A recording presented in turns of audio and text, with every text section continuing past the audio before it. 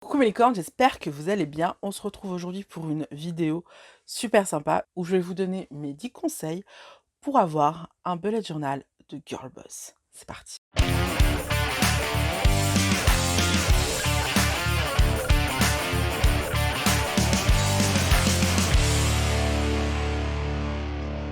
Hello mes licornes, je suis ravie de vous retrouver pour cette nouvelle vidéo.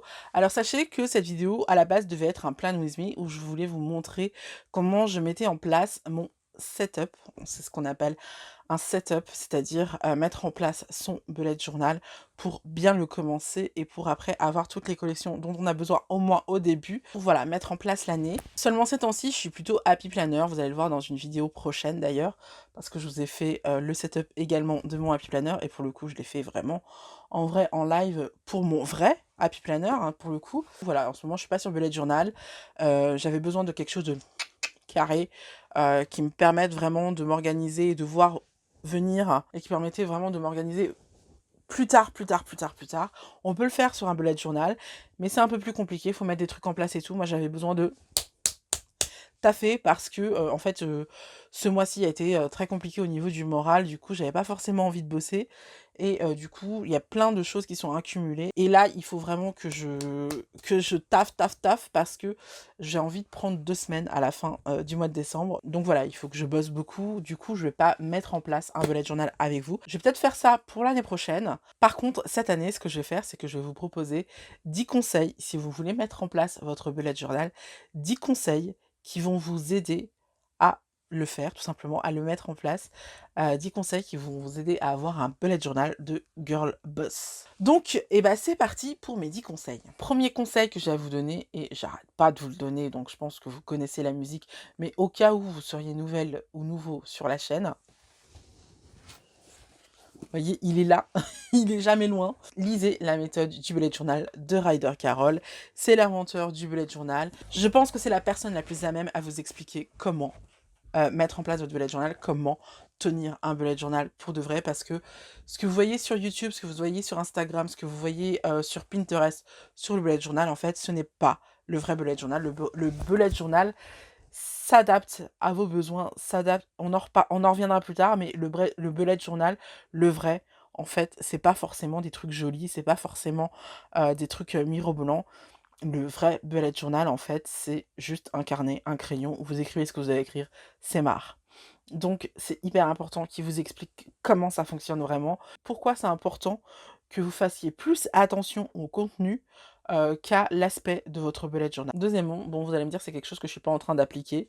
Là, juste pour le moment, j'ai juste envie d'être productive, productive, productive. Mais vous inquiétez pas, je vais le faire au bout d'un moment. Mais mon deuxième conseil, c'est de prendre le temps de mettre de l'ordre dans sa tête. S'accorder le temps, en fait, de faire du bullet journal. Pourquoi?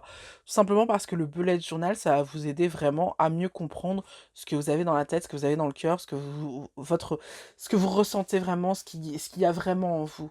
Et ça va vous permettre de faire le tri des informations et de savoir où vous voulez aller, où vous devez aller en tant que personne et ensuite de vivre une vie intentionnelle, c'est-à-dire de choisir votre destin.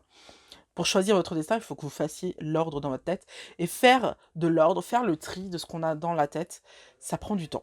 Et il faut s'accorder ce temps-là. Il faut se dire, il y a beaucoup de gens qui me disent, ouais, le bullet journal, c'est chronophage. C'est vrai. Euh, Enfin, c'est vrai ou c'est pas vrai. Mais ça peut ne pas l'être. Franchement, ça peut vraiment ne pas l'être.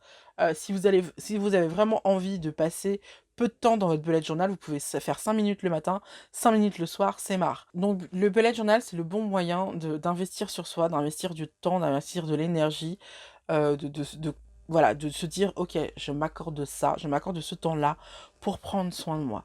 C'est hyper important de se dire, ok, en fait, c'est pas une perte de temps, c'est du temps que je vais consacrer à moi. Si tu considères en fait que le bullet journal c'est chronophage et que c'est une perte de temps, ça veut dire que tu ne considères pas que tu mérites de prendre le temps, que tes projets, que tout ce que tu as en toi, que toutes les émotions que tu peux avoir en toi ne méritent pas que tu prennes le temps de faire un bullet journal, que tout ça, tout ce qui est en toi ne mérite pas que tu prennes le temps pour toi. Et ça en dit long sur toi, ça en dit long sur l'estime que tu as de toi et ça en dit long sur à quel point tu investis sur toi. Il faut investir un peu de temps pour son bullet journal. C'est pas énorme non plus, ça peut ne pas être énorme. C'est vraiment pour toi, quoi. Le troisième conseil que j'ai à vous donner, c'est de bien choisir votre carnet. Ça peut être super déterminant parce qu'en fonction de votre carnet, en fonction du fait que vous soyez bien, que vous l'ayez bien choisi votre carnet, ça peut totalement changer votre rapport à votre bullet journal. Si vous avez mal choisi votre carnet, si vous l'avez choisi juste par rapport au look et pas forcément par rapport à ses performances en termes de papier, en termes de qualité de papier, en termes de pages, ces questions-là, forcément, vous n'allez pas vous y retrouver et vous allez finir par vous lasser, arrêter parce que vous n'allez pas être satisfait de votre carnet. Moi, ce que je vous conseille, c'est de vous interroger sur le format de votre carnet. Quel type de format vous préférez? Est-ce que vous êtes quelqu'un qui écrit beaucoup?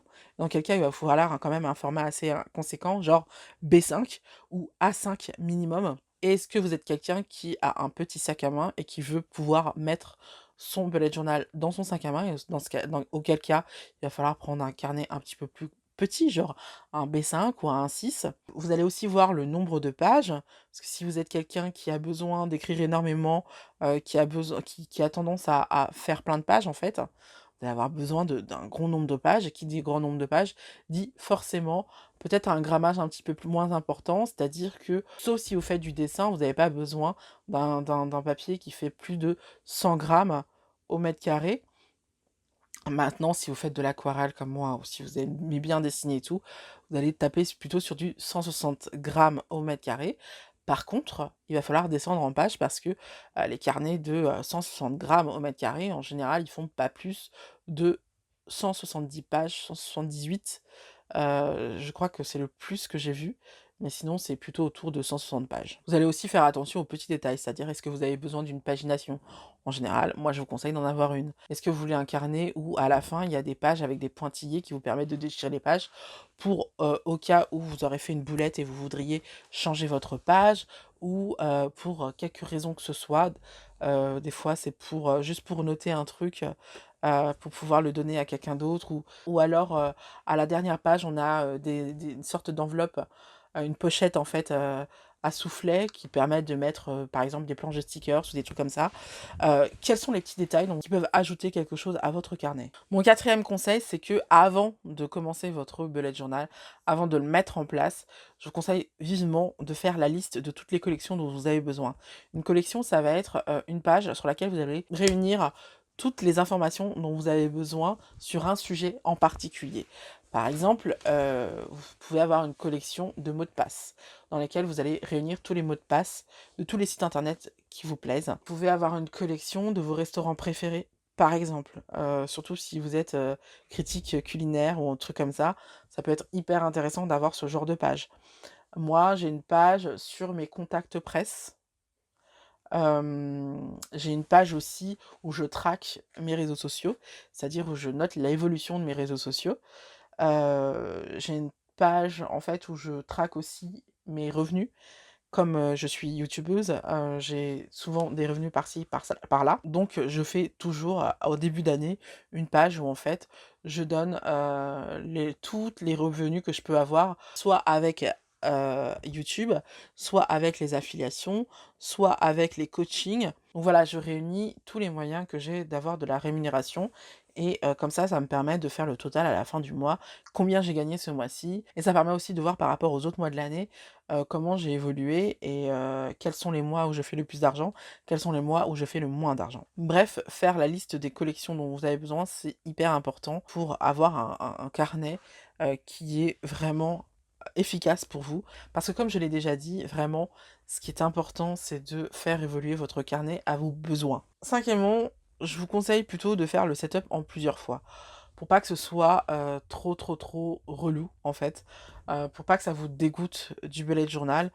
Moi, ce que je fais en général quand je mets en place un nouveau bullet journal, c'est que je me cale devant la télé, je consacre une demi-heure, une heure à faire quelques collections comme ça. Et comme ça, en fait, c'est totalement indolore. Je fais ça devant la télé, sans me prendre la tête. Et vraiment, au bout d'un moment, je me rends compte que j'ai fini mon bullet journal, mais super rapidement. Donc, franchement, c'est vraiment la chose à faire, quoi. Sixièmement, je vous en parlais dans le point d'avant.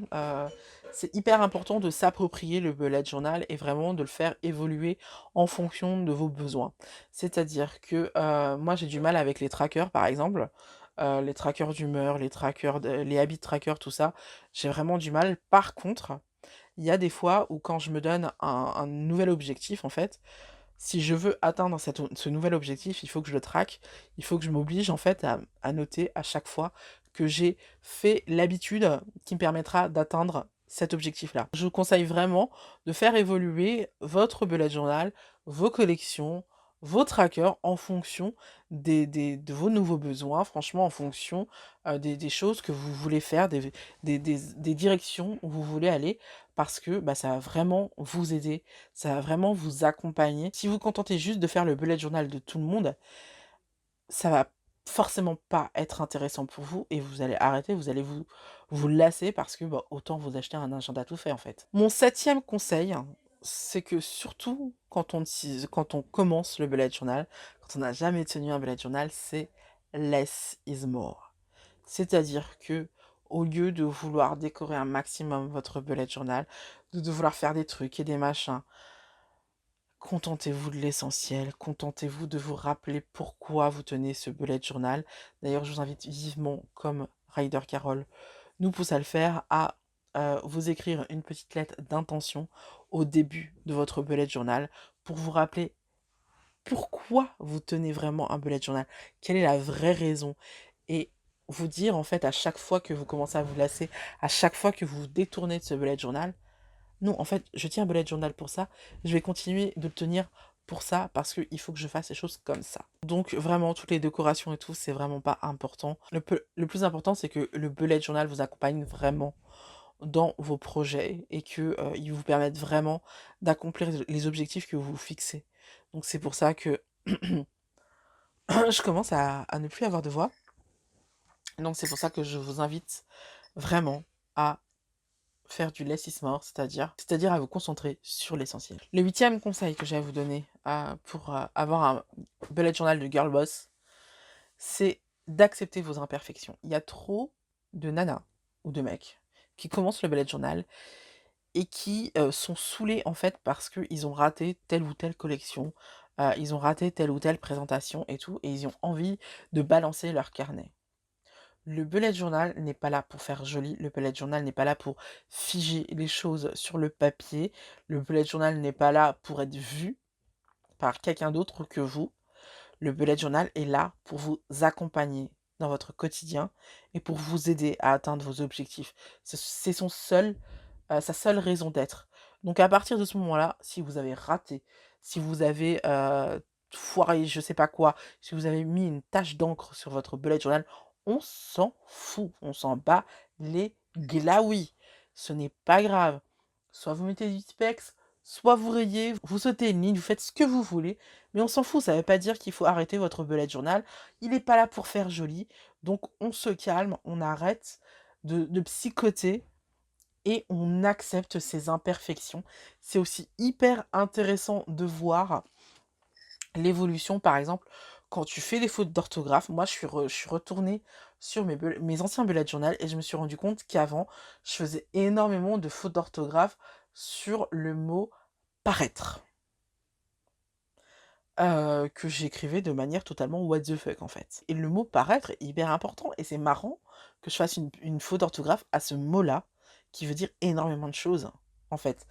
Et donc c'est hyper intéressant de voir que j'ai voulu maquiller le mot paraître.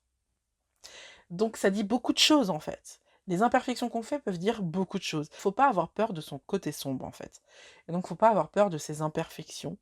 Donc il faut les regarder en face et c'est ok si tu fais des ratures. C'est pas grave. Enfin, le dernier conseil que j'ai à vous donner pour avoir un bullet journal de girl boss, c'est de ne pas hésiter à tricher, de pas hésiter à lui mettre des petits accessoires, à lui mettre des trucs sympas pour vous amuser en fait, pour avoir quelque chose de joli. Par exemple, moi j'ai mis une couverture à mon bullet journal qui fait qu'en fait on dirait un agenda, ça fait beaucoup plus sérieux, beaucoup plus classieux. D'ailleurs on me fait souvent des remarques dessus, parce qu'il est très joli, il est très fine en plus parce qu'il est rose, il y a un stylo assorti, donc voilà, il est très moi, c'est-à-dire classe, fashion, soigné. Donc voilà, c'est quelque chose que j'aime beaucoup. J'aime aussi utiliser des stickers. D'ailleurs, j'ai plein de stickers à vous montrer. Les éditions de Larousse m'ont envoyé ces 3 stickers book. Donc ce que je vais vous faire, c'est que je vais vous faire un flip-through que je vais vous publier dès lundi. Le flip-through de ces 3 bouquins pour vous montrer en fait les stickers qu'ils proposent. Mais bref, vous pouvez tricher avec des stickers si vous voulez pas. Si vous n'avez pas de temps à perdre, si vous ne savez pas dessiner, vous pouvez totalement avoir un super bullet journal en trichant avec des stickers. Donc ça c'est quoi? C'est 10 secondes de prendre un stickers. Donc voilà, ne vous prenez pas la tête. N'hésitez pas à tricher, soit avec des accessoires, soit avec des stickers, soit avec des pochoirs. Il y a aussi plein de pochoirs, notamment les pochoirs Toga qui déchirent. Bref, il y a plein de façons d'avoir un super bullet journal sans se prendre la tête, sans être une dingue du dessin, sans... Voilà. Ne vous inquiétez pas, ne vous mettez pas la rate au courbouillon, ne vous mettez pas de pression. Dites-vous que votre bullet journal, c'est votre espace personnel, ne vous inquiétez pas. Profitez du moment où vous devez prendre soin de vous. Ne cherchez pas à ce que ce soit parfait, ça sert à rien. Cherchez juste à vous amuser, cherchez juste à prendre du plaisir et à prendre du temps pour vous. Voilà. C'est tout pour aujourd'hui. J'espère que la vidéo vous a plu. Si c'est le cas, n'hésitez pas à me mettre un petit pouce bleu. N'hésitez pas à me mettre un commentaire pour me dire si vous avez un bullet journal, si vous comptez tenir un bullet journal. Quelles sont les questions que vous vous posez par rapport au bullet journal? Si je peux y répondre, je le ferai avec grand plaisir. Si je peux faire une vidéo dessus, ce serait cool. Donc voilà, dites-moi tout. Et on se retrouve dès lundi pour les flip-through de ces magnifiques livres. Attendez, je vais vous montrer tout de suite les livres que c'est. Là, on a un livre spécial Noël, super, trop cool pour la saison. Là, on a un livre sur la magie. Donc, on va voir un livre sur le féminin sacré, tout ça. Et donc, là, on a un livre sur à peu près tout. Sur, y a pas, sur le quotidien, je trouve. On a des vêtements, de la beauté, des plantes. Donc, c'est vraiment un livre fourre-tout. Donc, voilà, je vous montrerai ça lundi. Des bisous!